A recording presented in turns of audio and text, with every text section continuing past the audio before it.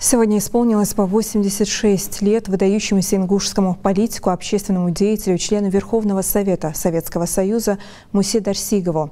Он был в рядах КПСС, депутатом СССР, членом Комитета Верховного Совета по делам национальностей, членом Совета Союзов. Муса Юсупович передал обращение 60 тысяч ингушских избирателей лично в руки Михаилу Горбачеву и призвал народных депутатов Верховного Совета СССР рассмотреть вопрос о восстановлении в составе РСФСР ингушской автономии. Он добился создания комиссии Совета национальностей Верховного Совета СССР для рассмотрения обращений ингушского населения. При активном участии Мусы Дарсигова Верховный Совет СССР принял закон о реабилитации репрессированных народов.